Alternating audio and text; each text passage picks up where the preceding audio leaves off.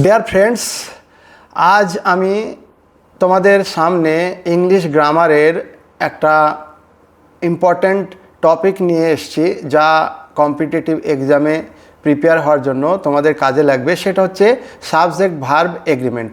আমরা অনেক সময় দেখি যে এসএসসি, ব্যাংকিং, রেলওয়ে, পিএসসি বা অন্যান্য সেন্ট্রাল গভর্নমেন্টের জবের ক্ষেত্রে এই সাবজেক্ট ভার্ব এগ্রিমেন্টের ভিতর থেকে অনেকগুলো কোশ্চেন থাকে, কিন্তু আমরা সহজ হলেও সেগুলোকে গুলিয়ে ফেলি। তো আমি আমার এই অনলাইন ক্লাসে তোমাদেরকে আজ একটু এই সম্বন্ধে বলবো থিওরির উপরে, তারপরে কিছু এক্সাম্পল আমরা দেখে নেব। তো আমাদের বুঝতে হবে যে সাবজেক্ট ভার্ব এগ্রিমেন্ট বলতে কি বোঝায়। সাবজেক্ট ভার্ব এগ্রিমেন্ট বলতে বোঝায় যে বাক্যে সাবজেক্ট কর্তা এবং ভার্ব ক্রিয়ার সংখ্যা সিঙ্গুলার অথবা প্লুরাল দিক থেকে মিল থাকতে হবে। সিঙ্গুলার সাবজেক্ট যদি হয় তাহলে আমাদের সিঙ্গুলার ভার্ব লাগাতে হবে, আর প্লুরাল সাবজেক্ট যদি হয় তাহলে আমাদের প্লুরাল ভার্ব লাগাতে হবে। তো এই প্রথম রুল হচ্ছে সিঙ্গুলার সাবজেক্টের সাথে সিঙ্গুলার ভার্ব। যেমন দেখো, হি গোজ টু স্কুল, সে স্কুলে যায়। শি রাইটস এ লেটার, সে একটি চিঠি লেখে। Ram plays football, Ram football খেলে। তো প্রেজেন্ট ইনডিফিনাইট টেন্সের সিঙ্গুলার সাবজেক্টের সাথে ভার্বের শেষে এস বা ইয়েস যোগ হয়, তোমরা এটা জানো। রুল নাম্বার 2, প্লুরাল সাবজেক্টের সাথে প্লুরাল ভার্ব হবে। যেমন এক্সাম্পল দিয়ে দেখছি, দে গোজ টু স্কুল, তারা স্কুলে যায়। উই প্লে ক্রিকেট, আমরা ক্রিকেট খেলি। দ্য বয়েজ ওয়ার্ক হার্ড, ছেলেরা কঠোর পরিশ্রম করে। এবার রুল নম্বর 3 হচ্ছে আই এবং ইউ এর সাথে ভার্বের বেস ফর্ম। যেমন I play football, you work hard, তুমি কঠোর পরিশ্রম করো। তো আমরা এটা আই প্লেজ ফুটবল লিখতে পারি, এটা হবে I play football. Rule number 4, two singular subject joined by and, তাহলে কি হবে? Subject plus and plus subject equal to plural. উদাহরণ দিয়ে দেখছি, Ram and Shyam are friends, তাহলে এখানে রাম অ্যান্ড শ্যাম, তাহলে এই রাম এবং শ্যাম এই দুটো মিলে এর যে অর্থ হয়ে যাচ্ছে এটা প্লুরাল হয়ে যাবে। He and I work together, সে এবং আমি একসঙ্গে কাজ করি। রুল নম্বর 5 হবে two noun referring to one person things, যদি দুইটি নাউন একই ব্যক্তি বা বস্তুকে বোঝায় তাহলে সিঙ্গুলার ভার্ব হবে। যেমন উদাহরণ দিয়ে বলছি, the post and novelist is present, the poet and novelist is present, কবি ও ঔপন্যাসিক একই ব্যক্তি উপস্থিত আছেন। Bread and butter is my breakfast, bread ও বাটার আমার সকালের খাবার। রুল নম্বর 6, ইচ এভরি এর পরে সিঙ্গুলার বসবে। ইচ স্টুডেন্ট ইজ প্রেজেন্ট, প্রতিটি ছাত্র উপস্থিত ছিল, তাহলে এখানে মিনিং যেটা বোঝাচ্ছে সেটা হচ্ছে সিঙ্গুলার। ইচ মানে হচ্ছে প্রত্যেক ছাত্রকে বোঝাচ্ছে, তা ইচ স্টুডেন্ট ইজ প্রেজেন্ট, প্রতিটি ছাত্র উপস্থিত ছিল। এভরি বয় লাইকস ক্রিকেট, তো এখানে এভরি বয় রেফার করছে, কি বোঝাচ্ছে? এক সিঙ্গুলার নাম্বারকে, প্রত্যেক ছেলে, তাহলে সিঙ্গুলারকে এখানে রেফার করা হচ্ছে, প্রত্যেক ছেলে ক্রিকেট পছন্দ করে, এই জন্য এখানে সিঙ্গুলার ভার্ব লাগবে। Rule number 7, each every plus noun and noun যদি হয় তাহলে সেখানে কিন্তু সিঙ্গুলার ভার্ব লাগবে। Each oblique every plus noun plus and noun. Every boy and every girl is happy, every boy and every girl. তো এখানে একটু ভালো করে গভীরভাবে বুঝতে গেলে বা সরল ভাষায় বুঝতে গেলে মানে দেখবে যে এর মিনিংটা বোঝাচ্ছে, ইন্ডিকেট কাকে করছে, এটা কি সিঙ্গুলার করছে না প্লুরালকে। তো এখানে বলছে every boy and every girl, তাহলে এভরি বয় এটা হচ্ছে সিঙ্গুলার, অ্যান্ড এভরি গার্ল মানে প্রত্যেক ছেলে ও প্রত্যেক মেয়ে হচ্ছে খুশি। Each pen and each pencil is useful, প্রতিটি কলম ও প্রতিটি পেন্সিল উপকারী। রুল নম্বর 8 হচ্ছে আইদার অর নেইদার নর, ভার্বের নিকটবর্তী সাবজেক্ট অনুযায়ী হবে। ভার্ব কেমনভাবে বসাবে, যে নিকটবর্তী সাবজেক্ট অনুযায়ী বসাতে হবে। যেমন either Ram or his friends are coming, এখানে দেখবে নিকটবর্তী সাবজেক্ট কোনটা, either Ram or his friends are coming. এখানে হিজ ফ্রেন্ডস যে নিয়ারেস্ট, হিজ ফ্রেন্ডস, তো ফ্রেন্ডস হচ্ছে নিয়ারেস্ট সাবজেক্ট, তাহলে এখানে বসবে যেমন ফ্রেন্ডস প্লুরাল, ওই জন্য এখানে প্লুরাল ভার্ব বসবে। Is either Ram or his friends are coming, Ram অথবা তার বন্ধুরা আসছে। Either the boys or Ram is responsible, এখানে কি হচ্ছে মিনিংটা, যে নিয়ারেস্ট সাবজেক্ট কি রাম, তো রাম যদি হয় তাহলে সিঙ্গুলার সাবজেক্ট, তাহলে এর জন্য কী হবে singular verb. Either the boys or Ram is responsible, ছেলেরা অথবা রাম দায়ী। Rule number 9 along with, together with, as well as, এগুলো সাবজেক্ট বাড়ায় না। The teacher along with the students is present, তো যখন আমরা কোনো সেন্টেন্সে অ্যালং উইথ ব্যবহার করব, টুগেদার উইথ ব্যবহার করব, অ্যাজ ওয়েল অ্যাজ ব্যবহার করব, এগুলা কিন্তু যে সাবজেক্ট ভার্ব এগ্রিমেন্টের ক্ষেত্রে কোনো প্রভাব বা ইফেক্ট ফেলে না, তাহলে আমাদের যে সাবজেক্ট আছে সেই সাবজেক্ট অনুযায়ী হবে। যেমন the teacher along with the student is present, তো এখানে দ্য টিচার হচ্ছে সিঙ্গুলার সাবজেক্ট, ওই জন্য এর ভার্ব হবে is, singular verb. The teacher along with the students, তো অনেক সময় আমরা এক্সামে এই ধরনগুলোতে কনফিউশন হয়ে যায় যে এখানে দ্য স্টুডেন্টস আছে, তাহলে আমরা স্টুডেন্টসের পরে কেন ইজ লাগাবো, আমরা আর লাগাবো। কিন্তু এখন দেখবে এই যে ইজ, এই যে ভার্বটা মানে রেফার করছে কাকে, the teacher, the teacher is present, the teacher along with the students, তাহলে অ্যালং উইথ দ্য স্টুডেন্টস ওটা কিন্তু ভার্বের সাবজেক্ট এগুলাকে বাড়াচ্ছে না। Ram as well as his friends is happy, Ram এবং তার বন্ধুদের সঙ্গে খুশি, তাহলে এখানে রাম সিঙ্গুলার সাবজেক্ট, ওই জন্য ইজ আসছে।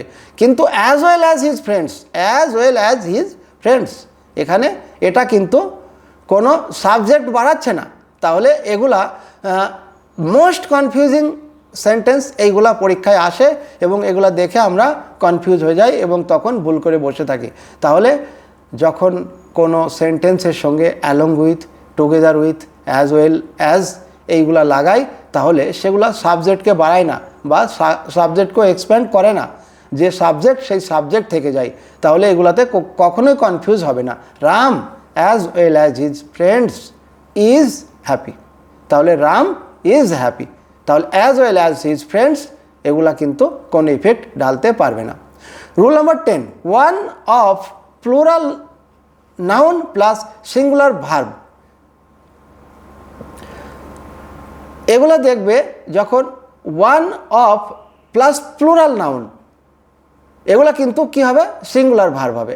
One of the boys is absent, এইগুলোও এক্সামে আসে এবং এগুলোও অনেক কনফিউশন ক্রিয়েট করে। একবার ভালো করে দেখে নেবে, one of the boys is absent, তাহলে তুমি যখন এই অ্যান্সারগুলো করবে তখন এগুলো দেখবে যে এটা সেন্ট্রাল থিম কি বা কি বোঝাচ্ছে, সিঙ্গুলারকে রেফার করছে না প্লুরালকে। ওয়ান অফ দ্য বয়েজ, অনেকগুলো বয়েজের ভিতরে একজন বয়েজ অ্যাবসেন্ট, তাহলে কে অ্যাবসেন্ট, একজন, সেটা সিঙ্গুলার। অনেকগুলো বালকের মধ্যে একজন বালক অ্যাবসেন্ট, তাহলে এখানে বুঝতে হবে যে আমাকে ইমিডিয়েট যে নিয়ারেস্ট সাবজেক্ট সেটা না দেখে আমাকে যে সেন্ট্রাল মেন সাবজেক্ট সেটা দেখতে হবে। মেন সাবজেক্ট হচ্ছে ওয়ান বয় ইজ অ্যাবসেন্ট, তাহলে এখানে সিঙ্গুলার ভার্ব লাগবে। One of the boys is absent, ছেলেদের মধ্যে একজন অনুপস্থিত। One of the students has past, তাহলে এখানে স্টুডেন্টস দেখে আমরা হ্যাভ লাগিয়ে দিলে ভুল হয়ে যাবে। One of the students has past, এখানে হচ্ছে one student has past. Actually এখানে একটা ছেলেকে বোঝাচ্ছে সে পাস হয়ে গেছে, কিন্তু অনেকগুলো ছেলের মধ্যে একটা ছেলে পাস হয়ে গেছে, ওই জন্য এখানে ভার্বের সিঙ্গুলার ফর্ম লাগবে।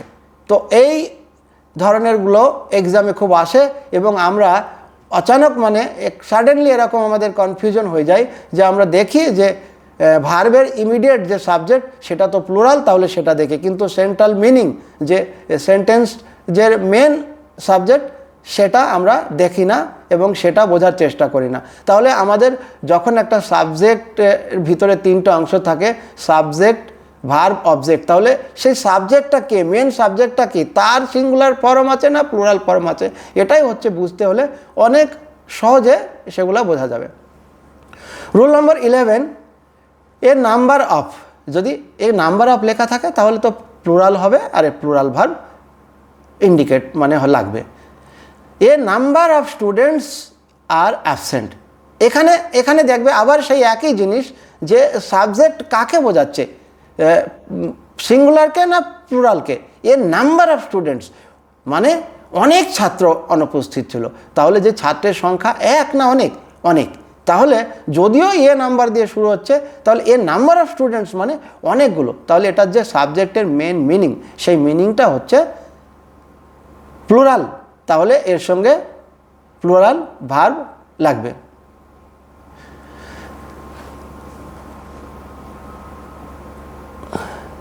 এবার অনেক সময় দেখা যাচ্ছে যে অনেক সময় নাম্বার অফ থেকে শুরু হয়, সেটা কিন্তু সিঙ্গুলার পারপোজের জন্য ব্যবহার করানো হয়। যেমন উদাহরণ দিয়ে বলছি, the number of students is increasing, ছাত্র সংখ্যা বাড়ছে। এখানে যে মিনিংটা হচ্ছে ছাত্র সংখ্যা, এটা কিন্তু সিঙ্গুলারকে রেফার করছে, সিঙ্গুলারকে বোঝানো হচ্ছে। The number of students, the number of students মানে ছাত্র সংখ্যা, তো ছাত্র সংখ্যা বাড়ছে, তাহলে ছাত্র সংখ্যা বলতে কি অনেকগুলো ছাত্রের গোষ্ঠীকে বোঝানো হচ্ছে না ছাত্রের সংখ্যা, এটা হচ্ছে সিঙ্গুলার মানে মিনিং হচ্ছে, ওই জন্য এখানে হবে দ্য নাম্বার অফ দিয়ে যখন শুরু হবে তখন হবে কিন্তু সিঙ্গুলার। তো এই রুলগুলা খুবই মানে কনফিউজিং, আর এগুলা একটু ভালো করে গভীরভাবে শুনবে এবং এগুলা প্র্যাকটিস করবে, তাহলে আমার মনে বলে খুব একটা অসুবিধা হবে না। তাহলে এখানে the number of students is increasing, তাহলে এখানে যে মেন সেন্ট্রাল থিম ও সাবজেক্ট সেটা হচ্ছে সিঙ্গুলার, ছাত্র সংখ্যা বাড়ছে। রুল নাম্বার 12, নন, যখন সেন্টেন্স নন দিয়ে শুরু হবে তখন সেটার বেশিরভাগ যে মিনিং সাবজেক্টের বোঝায় সেটা সিঙ্গুলার, ওই জন্য সিঙ্গুলার ভার্ব লাগবে। যেমন none of the boys is absent, ছেলেদের কেউ অনুপস্থিত নাই, মানে হচ্ছে ছেলেদের কেউ অনুপস্থিত নয়, তাহলে এখানে হচ্ছে নন অফ দ্য বয়েজ মানে কেউ অনুপস্থিত নয়, কেউ হচ্ছে এটা কি singular, none of the boys, তাহলে এখানে যে সাবজেক্ট হচ্ছে দ্য বয়েজ নাই, নন অফ দ্য বয়েজ, এখানে সাবজেক্ট হচ্ছে নন মানে কেউ অনুপস্থিত নয়, ছেলেদের মধ্যে কেউ অনুপস্থিত নয়, কিন্তু এখানে মেন যে সাবজেক্ট হচ্ছে সেটা হচ্ছে নন মানে কেউ অনুপস্থিত নয়।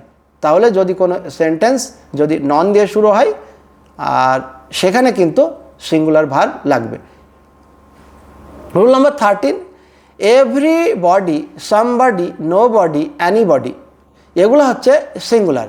এগুলা এভরিবডি, সামবডি, নোবডি, অ্যানিবডি, এগুলো তো দেখে বোঝা যাচ্ছে এগুলোকে সিঙ্গুলার সাবজেক্টকে রেফার করা হচ্ছে। এভরিবডি লাইকস মিউজিক, সবাই গান পছন্দ করে, ঠিক আছে। সামবডি হ্যাজ কল্ড ইউ, কেউ তোমাকে ফোন করেছে। রুল নম্বর 14, আনকাউন্টেবল নাউন, এগুলা কিন্তু সিঙ্গুলার হবে, যেমন যেগুলোকে আমরা কাউন্ট করতে পারিনি, যেমন ওয়াটার ইজ এসেন্সিয়াল, জল অপরিহার্য। ইনফরমেশন ইজ অ্যাভেলেবল, তথ্য আছে। ফার্নিচার ইজ কস্টলি, আসবাবপত্র দামি। তাহলে আমরা যখন আনকাউন্টেবল নাউন দেখব সেগুলোকে সিঙ্গুলার সাবজেক্ট হিসাবে মানা যাবে এবং এই জন্য সিঙ্গুলার ভার্ব লাগবে। Furniture is costly. তাহলে এখানে ফার্নিচার আসবাবপত্রকে আমরা সিঙ্গুলার বলতে পারি।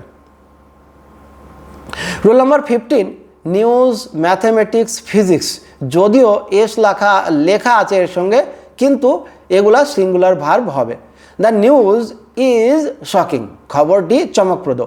দ্য নিউজ বলতে এখানে কোনো অনেকগুলো খবরকে বোঝাচ্ছে না, একটা পার্টিকুলার খবরকে বোঝাচ্ছে।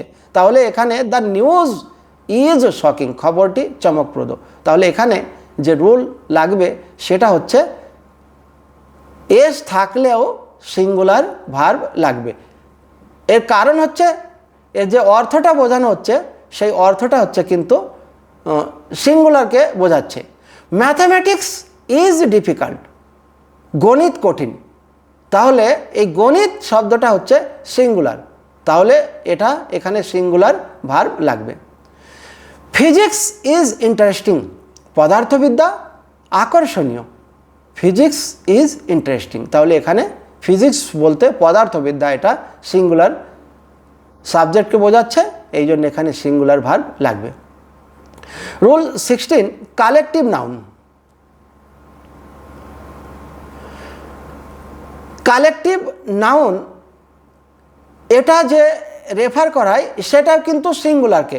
যেমন একটা উদাহরণ দিয়ে দেখছি, দ্য টিম ইজ উইনিং, দলটি জিতেছে। তাহলে এখানে অনেকগুলো দল নাই, একটা দল, ওই একটা সিঙ্গুলার একটা দল, সিঙ্গেল একটা দল। তাহলে দল ওটা কিন্তু একটা সিঙ্গুলার সাবজেক্ট, তাহলে এখানেও কিন্তু সিঙ্গেল ভার্ব লাগবে। দ্য টিম ইজ উইনিং, দলটি জিতছে। ঠিক আছে। The jury has given its verdict. দেখে জুরি তো একা হয় না, ওর ভিতরে অনেকগুলা থাকে, কিন্তু তারা একটা কম্বাইনলি তারা কিন্তু একটা মানে সিদ্ধান্ত কমিটি, তার মানে তারা সবাই মিলে একটা টিম বা কমিটি। তাহলে ওখানে কিন্তু ওটার যে মিনিং সেটা হচ্ছে সিঙ্গুলার, তাই জন্য বলা হচ্ছে দ্য জুরি। তারা অনেকজন বসে থাকলেও বা তারা অনেকজন একটা কালেকটিভ ডিসিশন নিচ্ছে, কিন্তু তারা সবাই মিলে হচ্ছে তারা একটা বিচারকের দল, তারা একটা সৈদ্ধান্তিক দল। তাহলে the jury has given its verdict, jury তাদের রায় দিয়েছে। Rule number 17, distance, time, money. 10 kilometres is a long distance, 10 kilometre একটা দীর্ঘ দূরত্ব। দেখবে এখানে একটা কনফিউজিং ম্যাটার হচ্ছে, তুমি ভাববে যে এখানে 10 আছে আবার কিলোমিটার্স আছে, তাহলে আমি কেন ইজ দেব?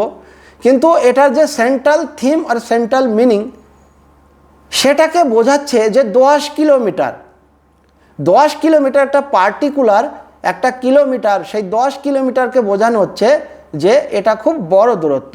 তো এখানে যে মিনিং হচ্ছে সেন্ট্রাল থিম 10 কিলোমিটার, এটা কিন্তু single subject. 5 years is a long time, 5 বছর দীর্ঘ সময়। এখানেও কিন্তু সেই একই মিনিং দেখাচ্ছে, এটা যে সিঙ্গুলার সাবজেক্টের মিনিং হচ্ছে 5 বছর হচ্ছে একটা দীর্ঘ সময়। তো এখানে যে 5 বছরটা এটা হচ্ছে singular subject. 5 years is a long time, 5 বছর দীর্ঘ সময়। 1000 রুপিস ইজ ইনাফ, 1000 টাকা যথেষ্ট। এই যে 1000 টাকাটা মানে এটা একটা সিঙ্গুলার পারপোজের জন্য 1000 টাকাকে একটা সিঙ্গেল একটা ইন্ডিকেট করে বলা হচ্ছে এই আমার হাতে যে 1000 টাকাটা আছে এটা যথেষ্ট নয়, 1000, ঠিক আছে, 1000 টাকা। 1000 রুপিস ইজ ইনাফ, 1000 টাকা যথেষ্ট। তো এইগুলা একটুখানি বুঝবে। Either neither, rule number 18, either of the book is useful. বই দুটির যে কোনো একটি উপকারী। তাহলে দুটো বই তো আছে অবশ্যই, কিন্তু এখানে একটাকে বোঝানো হচ্ছে যে দুটো বইয়ের ভিতরে যে কোনো একটা বই উপকারী। তাহলে আইদার অফ দ্য বুকস, তাহলে এখানে যে মেন সাবজেক্ট আছে সেটা হচ্ছে singular, of the books plural. তো আমরা অফ দ্য বুকসের দিকে যাব না, আমরা এর মেন সেন্ট্রাল থিম যে এর মেন মিনিং সেটা হচ্ছে আইদার, তাহলে এখানে সিঙ্গুলার হবে, ওই জন্য এটা ভার্ব ইজ লাগা হলো। তাহলে either of the books is useful. Neither of the boys is guilty, দুই ছেলের কেউ দোষী নাই, তাহলে দ্য বয়েজ আর গিল্টি আমরা বলতে পারবো না এখানে, এখানে হবে neither of the boys is guilty. যদি আমাদের থাকতো দ্য বয়েজ তাহলে আমরা আর দিতাম, দ্য বয়েজ আর গিল্টি, কিন্তু এখানে লেখা আছে নেইদার অফ দ্য বয়েজ। তো এখানে সেন্ট্রাল থিম, মেন থিম, সাবজেক্টটাকে বোঝাচ্ছে যে সেটা হচ্ছে সিঙ্গুলার সাবজেক্ট। নেইদার মানে হচ্ছে দুই ছেলের কেউ দোষী নাই, তাহলে এর ইন্ডিকেশন হচ্ছে সিঙ্গুলার ভার্ব। শুধুমাত্র ওর মিনিংটা ভালোভাবে বুঝবে যে ইশারা কোথায় হচ্ছে, সিঙ্গুলার সাবজেক্টে না প্লুরাল সাবজেক্টে। যদিও দুজন ছেলে আছে তবুও তাদের মধ্যে কেউই দোষী নাই, তাহলে কেউই মানে হচ্ছে singular. Rule number 19, many a ওর সঙ্গে কি লাগবে, সিঙ্গুলার নাউন। যেমন many a student has failed, অনেক ছাত্র ফেল করেছে। Many a man has tried, অনেক মানুষ চেষ্টা করেছে। তো এখানে অনেক মানুষ বলতে কোন একটা নির্দিষ্ট একটা সিঙ্গুলার কে ইন্ডিকেট করছে। Many a student has failed, অনেক ছাত্র ফেল করেছে। Many a man has tried, অনেক মানুষ চেষ্টা করেছে। Rule number 20, more than one, এটা কিন্তু সিঙ্গুলার নাউন মানা যাবে। যেমন উদাহরণ দিয়ে বলছি, more than one student has passed, তাহলে এখানে বলা হচ্ছে একাধিক ছাত্র পাস করেছে। তাহলে মোট কতগুলো ছাত্রকে এখানে বলা হচ্ছে, মানে এটা হচ্ছে প্লুরাল ইন্ডিকেট করা হচ্ছে।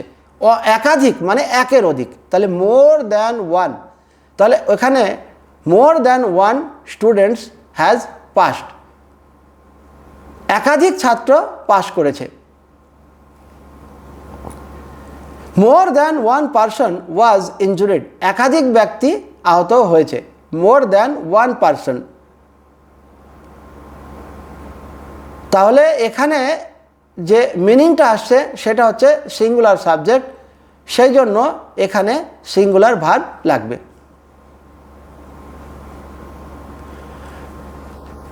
আচ্ছা, কিছু প্রিভিয়াস ইয়ারে যেমন কোশ্চেন এসছে সেগুলা 5-7টা আমি একবার একটু জাস্ট একটু রিভাইজ করে নিচ্ছি। হি গো টু স্কুল, কিন্তু আমরা এটা ভুল, এটা হয়ে যাবে he goes to school.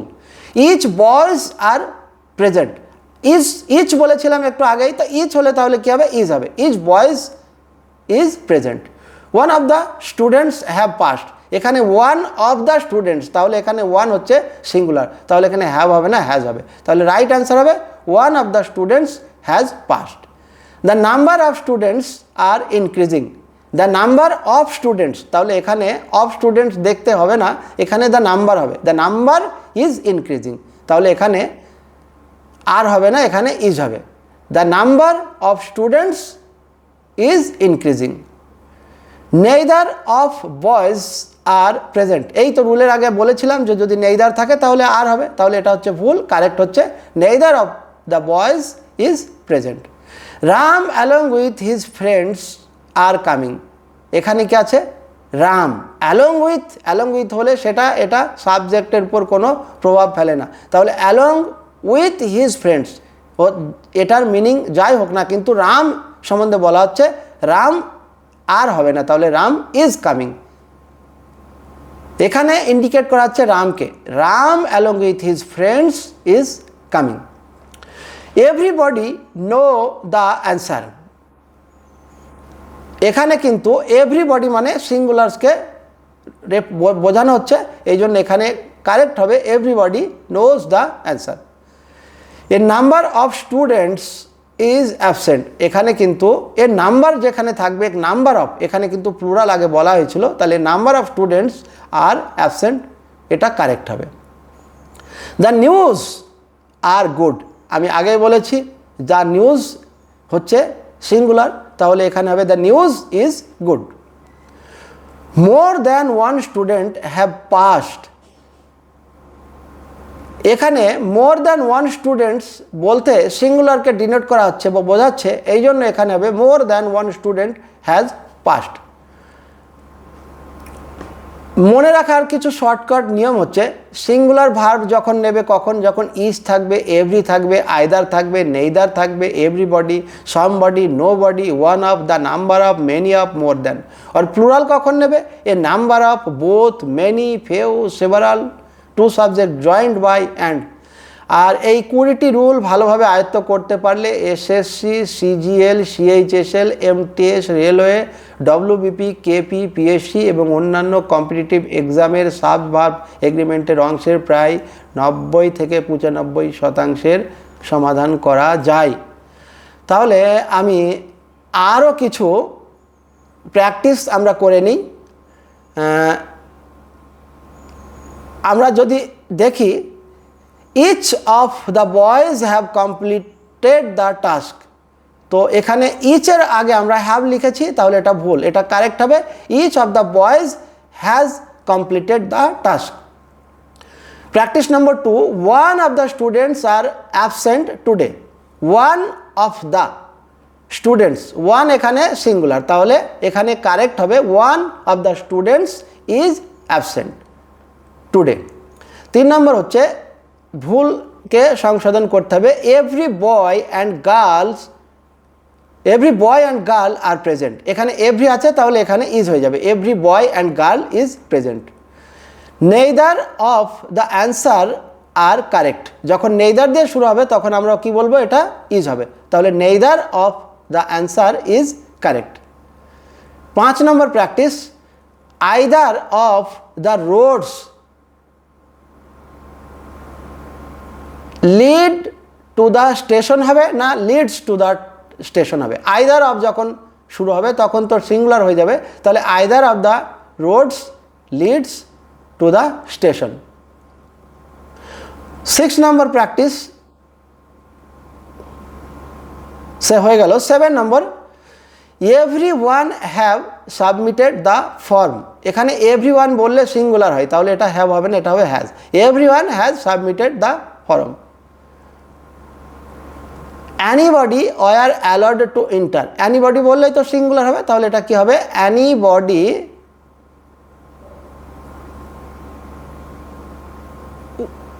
Was allowed to enter. Next হচ্ছে somebody have taken my pen. Somebody হলেই তো এখানে সিঙ্গুলার হয়ে যাবে, আমরা এর আগে জেনেছি, তাহলে এখানে হবে somebody has taken my pen. আচ্ছা, আমি যে কারেক্ট অপশন সেটাই বলে দিচ্ছি, একটু তাড়াতাড়ি হয়ে যাবে কারণ ভিডিওটা অনেক লম্বা হচ্ছে।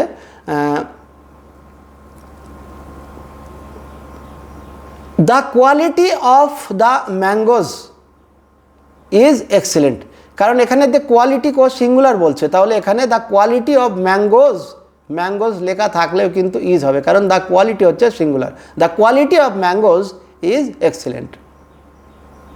The price of vegetables has increased, এখানে দ্য প্রাইসকে হচ্ছে রেফার করা হচ্ছে, দ্য প্রাইস হচ্ছে singular, the price of vegetables plural হতে পারে, কিন্তু আমরা অফ ভেজিটেবলসকে রেফার করছি না, আমরা কি করছি? The price has increased. The colour of the wall is attractive. The colour of the walls, আমরা অফ দ্য ওয়ালস দেখছি না, আমরা কি দেখছি? The colour is attractive. Next হচ্ছে the condition of the road is poor. The condition, আমরা এখানে the কন্ডিশনসকে refer করছি, যেটা হচ্ছে সিঙ্গুলার সাবজেক্ট। তো বন্ধু, আমি এই ভিডিওটা প্রায় আধ ঘন্টার কাছাকাছি হতে চলেছে। আমার কাছে প্র্যাকটিসের জন্য এখন অনেকগুলো ছিল, যেগুলো পড়ানোর পর আমার মনে হয় তোমাদের এখনই ক্লিয়ার হয়ে যেত।